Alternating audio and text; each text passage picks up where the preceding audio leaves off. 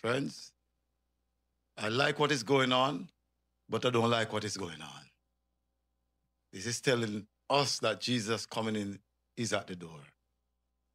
Whenever you pray, pray for those who are in Ukraine and those who are in Russia as well. Because they didn't start the war, they're just caught up in it. And some people in Russia don't really want the war either. That's the reality. And when I look and see what's going on in our beautiful country, as we said, we love so much, because we do love America. We love America. That's why we are here. This is my home, right? And look what is going on now. And there are some things, please.